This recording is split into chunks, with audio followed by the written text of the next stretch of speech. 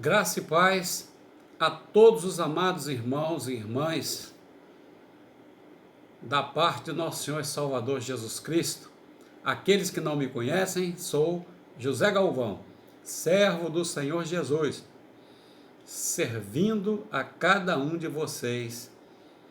Agora, vem comigo, vamos falar sobre a palavra da remissão dos pecados, sobre a justiça de Deus. Amém? Queridos, a nossa mensagem hoje, eu dei o título seguinte: sem o batismo de Jesus por João, o sangue de Jesus derramado na cruz teria sido em vão. Repetindo, sem o batismo de Jesus por João, o sangue de Jesus derramado na cruz teria sido em vão. Assusta? Mas é verdade. Vou lhe provar na palavra de Deus. Queridos, não são poucos os que se levantam contra a nossa pregação, que demonstra a importância do batismo de Jesus por João para nossa salvação e vida eterna. Eles berram ou escrevem com letras maiúsculas que a salvação é somente através do sangue de Jesus derramado na cruz e nos acusam de heréticos, quando, na verdade, são eles os que estão corrompendo a santa e pura palavra de Deus escrita na Bíblia. A alegação deles se baseia nos seguintes versículos. Eu vou ler Hebreus capítulo 9, versículo de número 22, que diz: com efeito, quase todas as coisas, segundo a lei, se purificam com sangue, e, sem derramamento de sangue, não há remissão. E ainda lerei outro versículo que usam contra nós, que é registrado no Evangelho de Mateus, no capítulo de número 26, no versículo 28. Lerei: porque isto é o meu sangue, o sangue da nova aliança, derramado em favor de muitos, para a remissão de pecados. Amados irmãos e irmãs, a você que chegou neste vídeo, que Deus te trouxe a este vídeo, eu não estou aqui para negar estes versículos ou outros que apresentem. Se está na Bíblia, está na Bíblia. No entanto, há considerações que faço a seguir e lhe peço para continuar até o fim. Queridos, primeiro, eles defendem que a salvação está exclusivamente no sangue de Jesus derramado na cruz. Isso porque são ignorantes, totalmente ignorantes, do real motivo que levou Jesus até o Rio Jordão para ser batizado por João. Inclusive, podemos dizer, conforme o texto que leremos a seguir, que praticamente Jesus obrigou a João a batizá-lo. E nós vamos ler agora, compreendido em Mateus capítulo 3, entre os versículos 13 e 17, que diz: por esse tempo, dirigiu-se Jesus da Galiléia para o Jordão, a fim de que João o batizasse. Ele, porém, o dissuadia, dizendo: eu é que preciso ser batizado por ti, e tu vens a mim? Mas Jesus lhe respondeu: deixa por enquanto, porque assim nos convém cumprir toda a justiça. Então ele o admitiu. Batizado Jesus, saiu logo da água, e eis que se lhe abriram os céus, e viu o Espírito de Deus descendo como pomba, vindo sobre ele. e eis uma voz dos céus que dizia: Este é o meu Filho amado, em quem me comprazo. Eu quero dizer para vocês que faço a leitura bíblica na versão Ara Almeida, revista e atualizada. Queridos, nesta última leitura, o versículo 15 diz claramente que Jesus instou a João batizá-lo, porque convinha aos dois cumprir toda a justiça. Mas a qual justiça se referia Jesus? Consideraremos para responder estarem os dois antes da crucificação de Jesus, portanto, na lei. E ainda não havia o Novo Testamento escrito. Assim, é óbvio que Jesus queria com João que os dois cumprissem a justiça de Deus para a remissão dos pecados, conforme está claro no versículo 15. Jesus não foi até João somente para dar um exemplo, porque Jesus nunca pecou, não precisava ser batizado, então foi lá dar um exemplo para todos nós. Queridos, isso é mentira do diabo. O texto diz que Jesus sabia o que foi fazer. Ele foi até João para cumprir um ato de justiça. A Bíblia não diz que foi para dar um exemplo. Para dar um exemplo é mentira do diabo no pensamento e na interpretação particular que não deveria haver de algumas cabeças teológicas. Vamos entender assim. Segundo, queria comentar ainda com vocês que não é errado dizer que somente há remissão dos pecados com o derramamento do sangue. Tanto é assim que Jesus aceitou morrer sangrando na cruz 3 anos depois. Terceiro, mas como são ignorantes da justiça de Deus para a remissão dos pecados, desconhecem totalmente como as ofertas eram preparadas para somente depois derramarem o sangue para a remissão dos pecados. E quarto, é preciso conhecer primeiro para depois crer. Então, vamos conhecer como preparavam as ofertas antes de sacrificá-las no altar com o derramamento do seu sangue para a remissão dos pecados. Inicialmente, o pecador precisava levar até o sacerdote uma oferta que atendesse alguns requisitos para ser aceita. Primeiro, a oferta tinha que ser um animal macho, podia ser um bode, um carneiro, um novilho, uma ovelha. Segundo, tinha que ser um animal sem defeito, não podia mancar ou ter ossos quebrados, por exemplo. Terceiro, um animal sem manchas. Somente era aceito animais de uma única cor, ou todo preto, ou todo branco, ou todo marrom, ou todo cinza, não podia ter manchas, ok? E para corroborar como se fazia, como era o rito para a expiação dos pecados, eu vou ler Levítico, capítulo 16, versículo 21, que diz assim: Arão porá ambas as mãos sobre a cabeça do bode vivo, e sobre ele confessará todas as iniquidades dos filhos de Israel, todas as suas transgressões e todos os seus pecados, e os porá sobre a cabeça do bode, e enviá-lo-á ao deserto, pela mão de um homem à disposição para isso. Para a expiação dos pecados, traziam uma oferta viva para ser sacrificada vicariamente em seu lugar. Para isso, um ato de justiça, também descrito em Romanos, capítulo 5, versículo 18, precisava acontecer.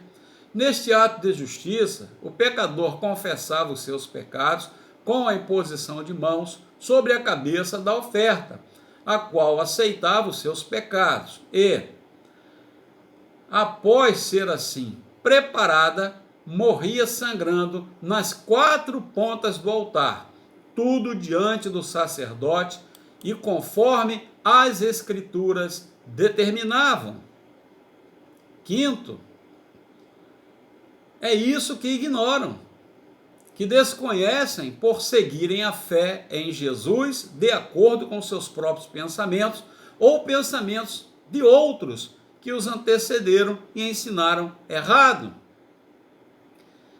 Portanto, se uma dessas ofertas morresse sangrando no altar, sem antes haver a confissão dos pecados, com a imposição de mãos sobre a cabeça da oferta, e sem que houvesse a presença de um sacerdote ritualizando o ato de justiça, todo o sangue dessa oferta teria sido derramado em vão, e o pecador continuaria com pecados em seu coração. Sexta consideração: se você acompanhou até aqui, penso que não preciso desenhar o porquê do Senhor Jesus Cristo, a oferta perfeita e justa, o Cordeiro de Deus que tira o pecado do mundo, conforme o Evangelho de João, capítulo 1, versículo 29, ter ido até o sumo sacerdote João Batista e o obrigar a batizá-lo. Na verdade, Jesus estava cumprindo fielmente um ato de justiça para a nossa remissão eterna de pecados. Jesus é o próprio Filho de Deus, é o Cordeiro de Deus, é a oferta viva, santa, imaculada e perfeita, a única oferta que poderia ser aceita pelo Pai conforme a lei, para a remissão de todos os pecados no mundo. Sétima consideração, presta atenção, amado irmão, amada irmã, a você que chegou neste vídeo, presta atenção. Nesta hora, assim como os demais, você poderá questionar se João Batista era ou não o sumo sacerdote. E como resposta, digo para ler em sua Bíblia o Evangelho de Lucas, no capítulo 1, onde poderá saber quem é o pai de João Batista. Eu digo, Zacarias. Quem é sua mãe? Eu digo, Isabel. E onde seu pai, Zacarias, estava no momento em que lhe foi revelado por um anjo enviado por Deus que ele teria um filho chamado João. Veja que Zacarias, pai de João, estava prestando serviços sacerdotais e, como somente na linhagem dos levitas acontecia a sucessão sacerdotal, está explicado claramente: João é o sucessor de seu pai. Portanto, é o sumo sacerdote que Jesus procurou para transferir, sob imposição de mãos, todos os pecados do mundo para a sua própria cabeça. Ou, em outras palavras, Jesus, como a oferta sem defeito, foi apresentar-se para ser preparado para o sacrifício e poder morrer 3 anos após, sangrando na cruz do Calvário, e assim, pagando o salário dos nossos pecados e dando cumprimento a toda a lei da expiação dos pecados.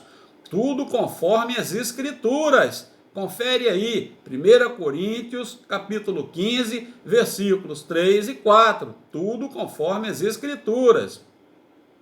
Continuando, a nossa 8ª consideração.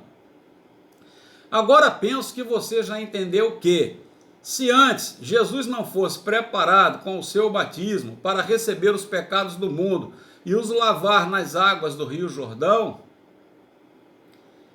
que é o rio da morte, porque deságua no Mar Morto, o seu precioso sangue teria sido derramado em vão, e nenhum de nós poderia ser justificado com a verdadeira fé do Evangelho da água e do Espírito, a fé dos filhos de Deus, os justos e nascidos de novo, que vão entrar e viver eternamente com Jesus no reino de Deus, conforme dito pessoalmente por Jesus para Nicodemos, um príncipe de Israel.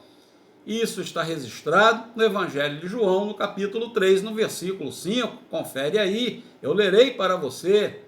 Respondeu Jesus: em verdade te digo, quem não nascer da água e do Espírito não pode entrar no reino de Deus. Eu vou repetir. Respondeu Jesus: em verdade te digo, quem não nascer da água e do Espírito não pode entrar no reino de Deus. Evangelho de João, capítulo 3, versículo 5. Queridos, foi dito por Jesus que aquele que não nascer de novo da água e do Espírito não poderia entrar no reino de Deus. Mas a que água, neste ponto, referia-se Jesus?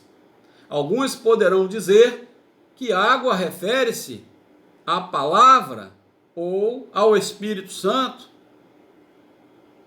o que é também verdade. Mas, neste ponto, Jesus se refere claramente às águas do seu batismo, o momento em que todos os pecados do mundo foram passados para ele por imposição de mãos de João Batista, e ele somente pôde morrer sangrando na cruz, porque antes passou nas águas do Rio Jordão, sendo ritualmente preparado para pagar o preço, o salário dos nossos pecados, sangrando na cruz. Você está compreendendo? Eu penso que sim. Amados, e como uma nona consideração, eu quero dizer, esta é a fé dos filhos de Deus, justos e nascidos de novo, os que foram lavados e purificados dos seus pecados, que têm os seus corações limpos dos pecados, e que verão, entrarão e viverão com Jesus no reino de Deus para todo sempre, eternamente. Você não tem a obrigação de crer, mas tenho o dever de pregar e ensinar a fé do único evangelho que o Senhor Jesus Cristo ensinou nos tempos da igreja primitiva aos seus apóstolos e aos seus discípulos, ou seja, o evangelho da água e do Espírito, conforme registrado no Evangelho de João, no capítulo 3, no versículo 5. O Evangelho que cumpriu inteiramente a justiça de Deus para a remissão total dos pecados, que foi revelado no batismo do Senhor Jesus Cristo por João Batista, registrado no Evangelho de Mateus, no capítulo 3, entre os versículos 13 e 17. E nos fez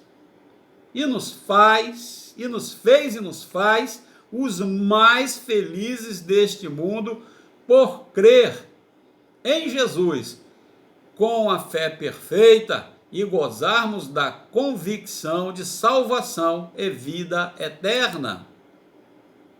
Amados, a nossa 10ª e última consideração, eu quero oferecer para você um livro totalmente grátis.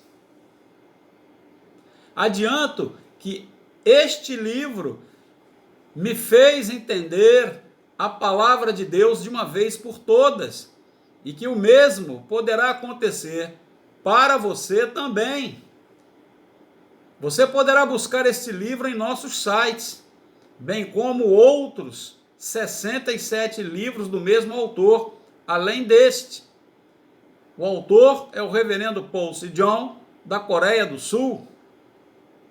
Ele não vende os seus livros. Todos os livros do reverendo Paul Sejong, da Coreia do Sul, são doados no mundo inteiro.